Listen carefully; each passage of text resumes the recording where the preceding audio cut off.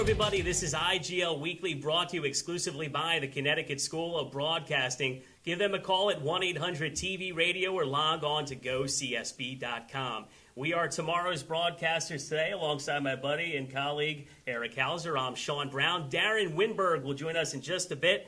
Erik, week number 5 of the IGL is in the books. It is in the books. It was a low-scoring week this week, and that doesn't usually happen with arena football. You got that right. And some of the storylines we're working on for you right now. Can the Falcons finally break into the win column? We'll have to do it at the expense of the Buccaneers. We've got highlights on the way. Also, can the Eagles slide past the Lions into third place in the Gladiators division? We will break that down for you. And who will be the first to 3 wins, Erik? Will it be the Chiefs or the Philly Hornets? That's coming up in a little bit. And some big news from the New Jersey Bulldogs. Hey, they didn't even play a game this week, and they're in the news. Yeah, and they ended up getting a win also. Yes, they did. We'll have it. We'll explain it to you. You're probably wondering how that happened. We'll have all the details. But we begin with the IGL Showcase Game of the Week, featuring the ASI Panthers and the Conshohocken Steelers. Yeah, we were looking forward to this matchup because they're definitely two of some of the best teams in this league. Yeah, They really are, perhaps 2 and 3 in the whole IGL. But it wasn't as clean, perhaps, as many people thought. Turnovers was the theme, Erik. Yeah, both quarterbacks threw 2 interceptions, and each team had a fumble. Fumble Rooskies in there as well. Yeah. Why so many turnovers between some of the best teams in the IGL?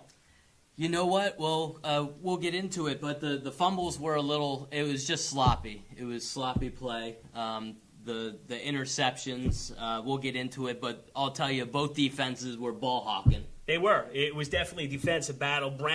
Chris Brownlee, he had 2 picks. Also, Breon Shelton, the lefty. Yeah. I like those lefties. I'm a lefty myself. Yeah, he's a good player. He really is. But he struggled. He had 2 interceptions himself.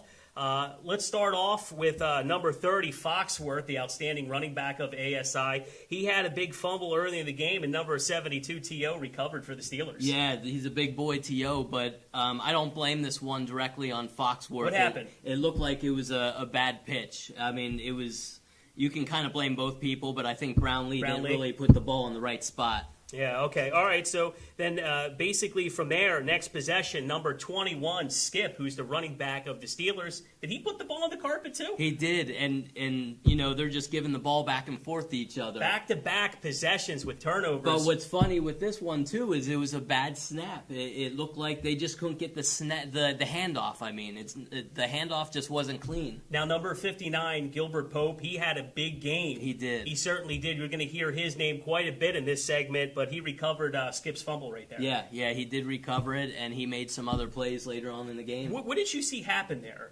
Was it just a botched handoff, basically? Yeah, that's how I saw it. I don't directly blame it on the running backs. I think that the handoffs, with the pitch, it just wasn't in the right spot.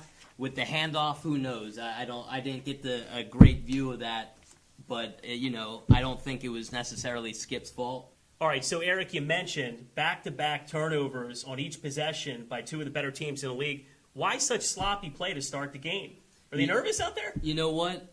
They might be a little bit. I mean, it's early in the game, so a lot of times these teams start to fumble around a little bit at the beginning of the games. All right, now after Skip's fumble, Chris Brownlee gets another chance. They go back out there, ASI's offense. Brownlee, we've seen him run before. Mm-hmm. He goes on an 11-yard scamper. Pretty good run. Yeah. And that basically set up a 19-yard touchdown reception, Brownlee to Norm Brown. At that point, 6-0 ASI goes ahead. Right, yeah. And Brownlee, we've seen him make plays, good plays with his feet, his legs all year, and he kept that up this game. Yeah, and then after that, basically Brownlee was sacked. Now, one of the things I'm noticing with Chris Brownlee, and I want to see if you're noticing it, it seems to be that he's been under a lot of pressure in the early going of the season, and late in the game, he seems to be really getting rattled by the pressure. Are you noticing that? It's starting to get to him a little bit. Yeah, he doesn't take pressure the best, and they have been getting through that line. If there was one weakness on the ASI team, would you say it would be their offensive line, something to work on right now? Yeah, definitely. I mean, they could definitely work on some things. Yeah. All right. So back to the action. At that point, Brownlee, he throws an interception to number 17, Davis, in the end zone for a touchback. There was the first interception from Brownlee. Right, yeah. Davis, he's having a good season, and he's got good hands, and Brownlee just wasn't on the mark there. And like I said earlier, both of these defenses were ball hawking this game. All right, so the Steelers would go back and possess the ball.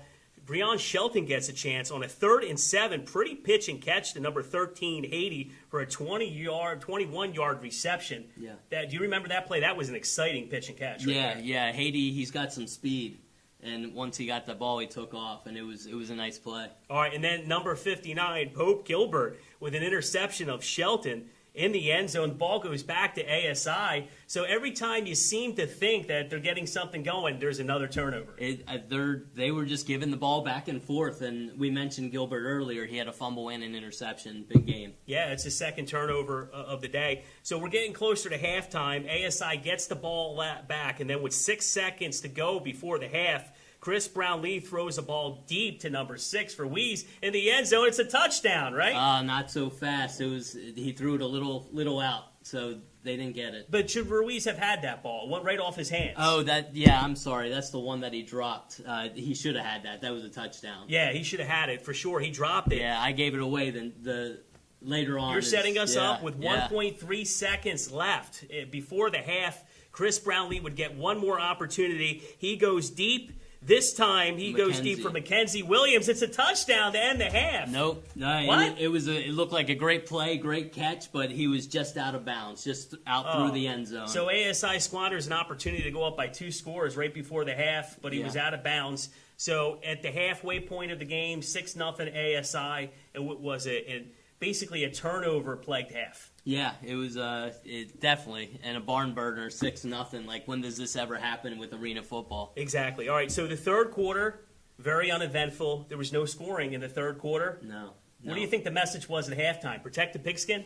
Yeah, I mean, you can't turn the ball over that much. But, yeah, it's the third quarter looked like the defenses buckled down, and not much happened. All right, so the fourth quarter, the Steelers have to get it going, right? They need to get their offense going. That's where you start to see Breon Shelton and the Steelers start to click.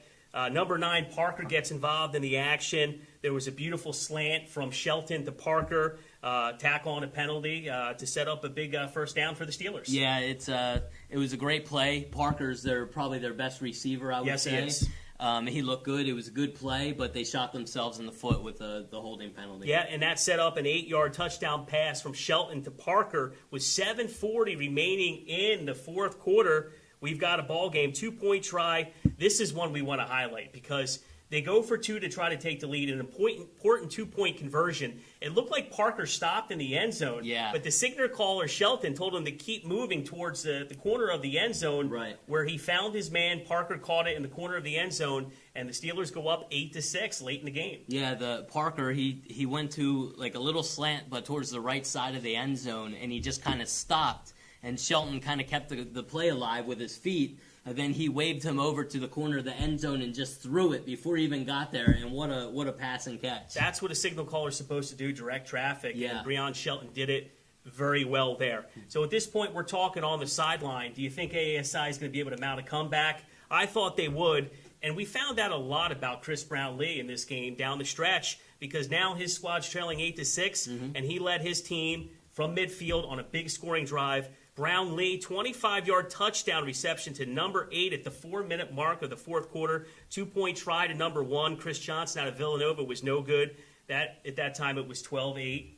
ASI recaptures the lead. And it was quick. I think it was a 2-play possession, and they scored real quick, so they answered back. And they're one of the best teams in the league, and you kind of, you think that they can do that. Yeah, so they strike quick, and then the Steelers have a shot to win it. They get the ball back in their hand. Can they do it, Erik? What do you think? They had a shot, definitely. Well, Breon Shelton got the ball down to Parker at about the 15-yard line with $1:35 left to go in the game. Yep. But then, shortly after that, Shelton's picked off by number 28, Osborne, in the end zone, gives it back to ASI to preserve it. Erik, what a sensational pick by Osborne. That's how you close. What a catch. I mean, he had to lay out for the ball, and it's definitely one of the plays of the week this week. All right, speaking of D, because we agree this was a defensive battle, right? Yes. All right, speaking of D, after the game, CSB's Darren Winberg, who will join us later, had a word with Coach Mattis, and he really talked about the importance of the defense of his team. Take a look. This is Darren Winberg live from the Pineland Sports Center with Coach Mattis, where he pulls off a 12-8 exciting win. Although it's 12-8, it doesn't seem like it was. But for you, you're a little nervous? We'd prefer it not to be exciting. It was a good game. That's a good team right there. Steelers are a very good team. They're going to be in the playoffs for sure. We just made too many mistakes on offense. There were so many guys that were wide open, and we just couldn't get the ball to them. But it's nice that when your offense has an off day, you can have a defense like that come up and make big plays.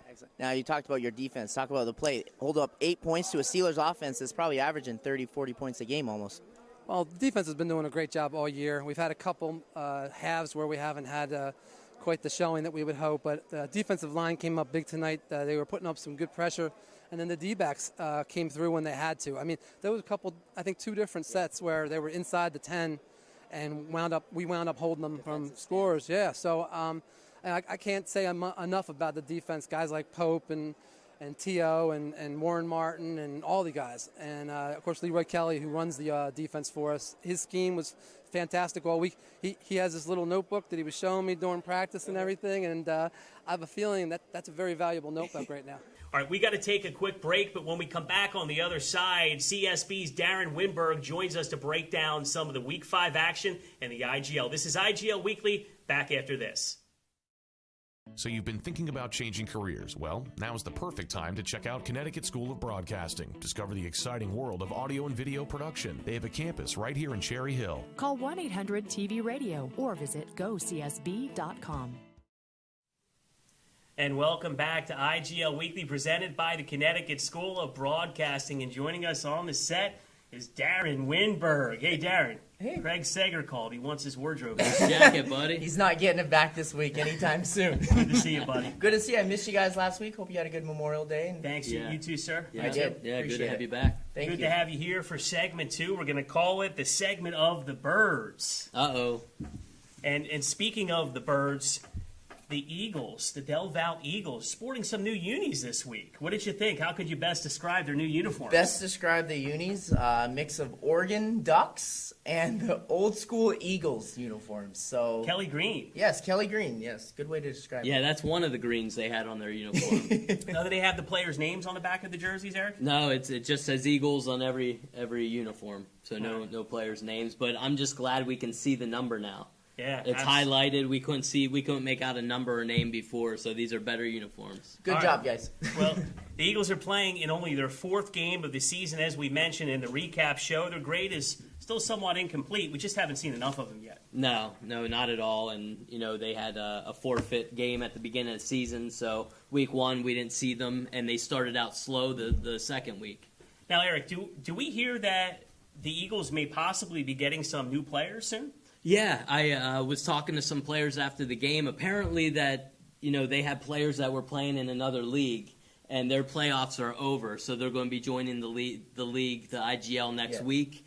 And Players that can make a difference? Apparently, one of the coaches had told me that they're going to be competitive, a lot more competitive than they have been before. Which it could give them a notch to kind of make a late playoff run because they're not in the playoff picture. Yeah, right now, well, so. Good thing for them. It's still early in the season. Exactly. All right, now there was a game. The Eagles did take on the Camden Lions, and it was really a little bit of a battle for third place. Some sloppy play at the start of the game, Erik. What can you tell us about that? Yeah, Kabasa came out. Lions had the ball first. Kabasa tried to throw the ball to the other team, and the guy that was going to intercept it dropped it. Then they had a holding penalty. Yep.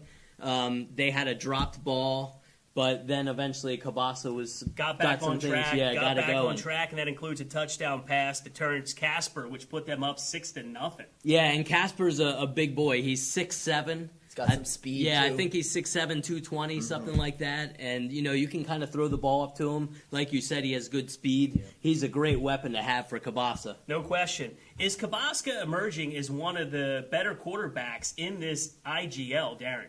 I would definitely say so. He, they started off 1-3, I believe, and now he's kind of take the team on his reins. He had 5 touchdowns 2 weeks ago. Yes, he did. And now he throws 2 more today. And not to spoiler alert, but they did win. So right, yeah. All right. So I think personally, I need to see more of him. Right. I think he has the ability, but I think I need to see more. All right. So after the touchdown pass to Casper, there was no other scoring for the rest of the first quarter.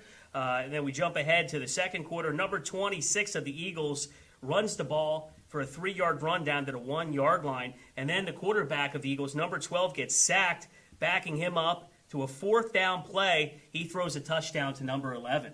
Yeah, that was a big play. It was a good step up by him, 4th down. They could have turned the ball over. Ended up being a good play. And they get on the scoreboard, and then they go for 2, Erik, right? No. What? No, you go for 2 in the IGL. They went for 1, and they didn't kick it. They go for 1? Yeah. You can go for 1 in the IGL? Apparently. If you can go for a 2-point conversion, you get the ball at the 5-yard line. Mm-hmm. But they give you an option to take the ball at the 3-yard line and go for 1. You mean to tell me they couldn't pick up 2 extra yards and get that extra point?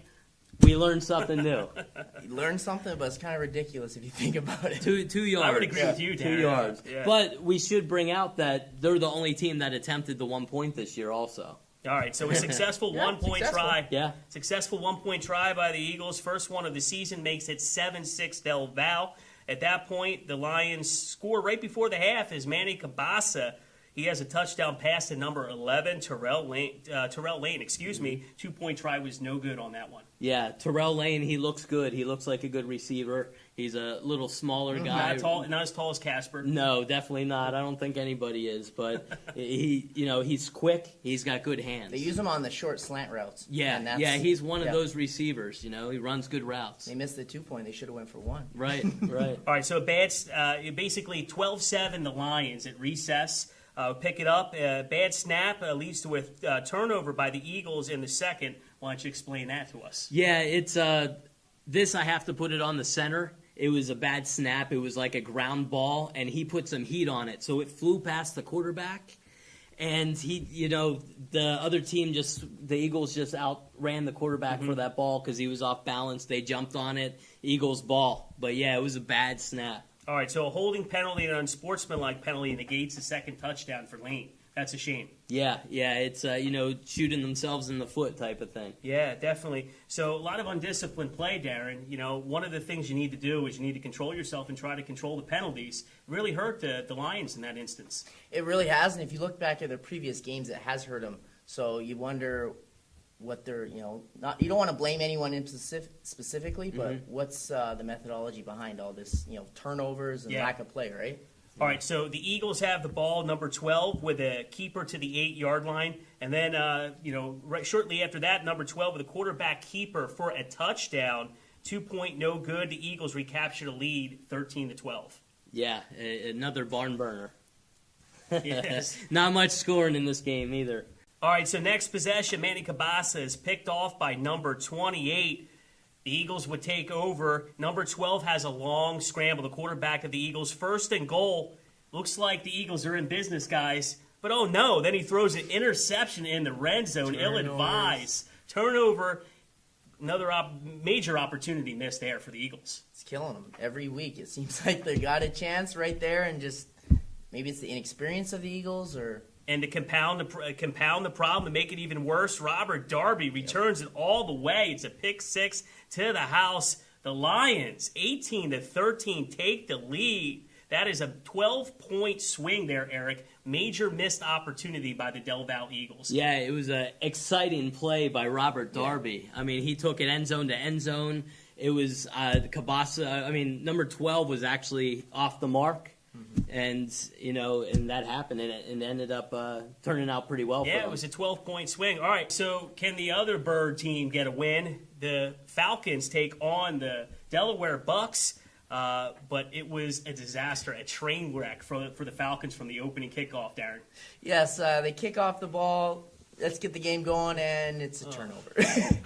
Not only just a turnover, it was a touchdown. Yeah. What's going on with the Falcons? They just can't get any positive momentum going, Erik. Every week they just shoot themselves in the foot. Their offense can't do anything, and we've talked about it before that Julio Perez is not getting time back there. Yeah. And, their offensive line has to shore up those blocks. But there's no excuse for something like that on special teams to open the game. They've got to be able to... And it's the little things that win the games. No question about it. So a lopsided victory for the Bucks, 36-8. Bucks go to 2-3 on the season. Falcons still looking for their first win, 0-4. 0-4, and next week's not looking any good either, so they might be 0-5. And there's a bigger storyline for the Falcons. Yeah. Julio Perez, number 9, their quarterback, is yanked in the second half of the game. We've mentioned he hasn't had a lot of time. Was it fair to pull him? You know what? I can see why they did it. It might not have been fair to Don't say. take offense. What do you think? I think they needed to change of pace, Okay. and as you saw, it kind of helped out a little bit. They had a little spark. Invigorate the offense. Yeah. Yeah, and Julio Perez did get pulled, but Pollard came in, the backup quarterback, and had a rushing touchdown. So He played well. He like you did. said, injected some life in the offense, and put up 8 points. Yeah. All right, so after the game, Brandon Walters was taken to an area hospital for possible heat stroke. He plays for the Falcons. More insult to injury for the Falcons. We did get an update on Brandon Walters. He's okay, released from the hospital after receiving some IVs. You look like you could use some IVs. Yeah, it's been hot. Memorial Day weekend was a hot one.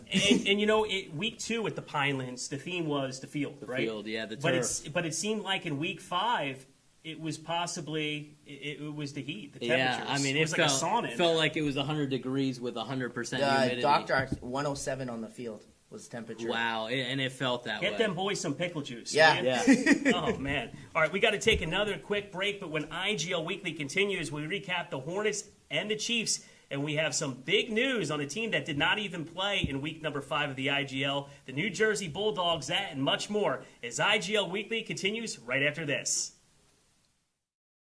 So you've been thinking about changing careers? Well, now is the perfect time to check out Connecticut School of Broadcasting. Discover the exciting world of audio and video production. They have a campus right here in Cherry Hill. Call 1-800-TV-RADIO or visit gocsb.com. And welcome back to IGL Weekly. Final segment, 2 in the bags. Last segment, guys. Feeling good so far? Oh, yeah. Feeling All great. right. Yeah. The New Jersey Bulldogs, they won via forfeit from the Philadelphia Freedom. They go to 5-0 without playing a game. But the big story in the bye week for the Bulldogs, Jeremy Bartuk, who is their starting quarterback at the beginning of the season, is not active for the remainder of the season, and there could be a possible retirement situation due to injuries. And that's sad. He's had a wonderful career. He's played very well, but I guess there won't be a quarterback controversy anymore. Very unfortunate, Erik. Yeah, I don't want to mention retirement this early, but he's banged up. He's had injuries for a few weeks. He tried to play through them a couple of weeks we saw, and he just can't. They're not healing. I mean, he's got a hamstring, he's got a pec muscle, and I believe one of his knees. There's something wrong with the knee. Yeah, so Coach Turk told me we could take our quarterback controversy and stick it. So there's no question about it now. Mike Merritt will remain the starter for the rest of the season. Some pretty impressive numbers on the season. 23 of 34, 9 touchdowns without an interception. He is playing really well. Top of the league, I'd say he sets the bar real high among quarterbacks. They need to strive to be like him. 5-0. Yeah, he's very efficient, and he can use his legs more so than Bartuk. Bartuk was to use, he's like a statue back there. He's a pocket quarterback. He needs protection. Yeah, and the other big story is the return of Omar Clark. We haven't seen him in a while. It's a big boost for the offense of the Bulldogs. Yeah, Shawn, we saw him in practice before the season, before he got hurt, and we look forward to seeing him in the season because he looks like he's going to be good. It's good to hear that he's healing and coming back off a knee surgery. And he'll also be the backup quarterback. Yeah. Coach Turk, he's been with him for 3 years. He knows the offense. So I asked Coach Turk if he's a little concerned, Darren, about the 2-week layoff. He said a little, and I asked him how will he get his team prepared and focused, and he said basically by working them out in the heat, in the Delaware Valley heat wave, outdoor practices, Darren. You know what? Sounds like Coach Turk. It was 107 degrees in the stadium yesterday, so I think outside they might actually like it a lot better when they play next week because I think they are playing in the Pineland Center next week. Yeah, so. we're not exactly sure, but if they do, they're going to be more used to it. Well, one thing I can tell you for sure, Week 6, the Dogs will resume their schedule against the Frankfurt Chiefs, the team they played in Week 1. Should be interesting. Speaking of the Chiefs, they had a matchup in Week 5 against the defending IGL champion Hornets. Didn't go so well for the Chiefs. The Hornets win. They cruise 24-6, guys. Yeah. Defensive battle for the Chiefs. Wasn't a real pretty game. No, certainly not. Certainly not. The Chiefs fall to 2-3 on the season. The Hornets go to 3-2. We have to make some corrections on the roster of the Hornets, though. We do apologize. We've been referring to number 9 of the Hornets, the running back Frazier. It is indeed not Frazier. It's Steve Burrows. Steve, sorry about that, bud. You're an outstanding runner.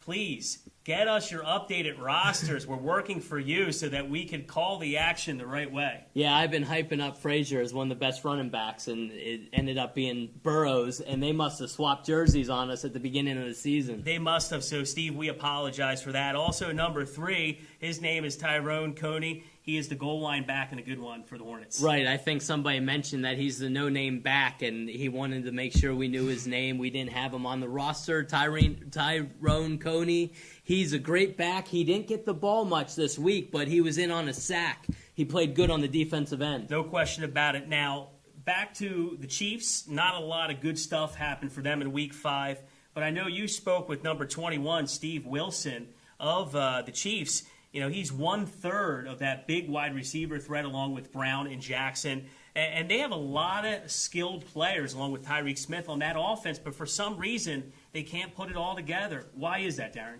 I want to say a lot of consistency issues. He was telling me they got guys showing up one week, then they don't show up another week. And it's hard to get everyone to gel together when you don't have everyone showing up. Yeah, it could be the offensive line because they don't have enough time. He talked about rotating centers. One week, one center shows up. Another week, another center shows up. And that could be a big reason why there are some of those fumbled and botched snaps. Yeah, what's happening is there are some bad snaps in this game, and the defense is getting through that line. Brandon Lee for the Hornets, he had a great game, 3 sacks. He was wreaking havoc in their backfield, and that's how you beat the Chiefs. You have to contain Tyreek Smith. He was almost getting to the backfield before the ball was even getting there because the snaps were actually pretty bad. Tyreek didn't have much of a chance. Yeah. We've talked about inconsistent play with the Chiefs. Their defense has been pretty good. I think you'd agree. Yeah. They definitely have the playmakers on offense. I really believe if they could get their offensive line to have some consistent blocking and play, they can become a more consistent football team.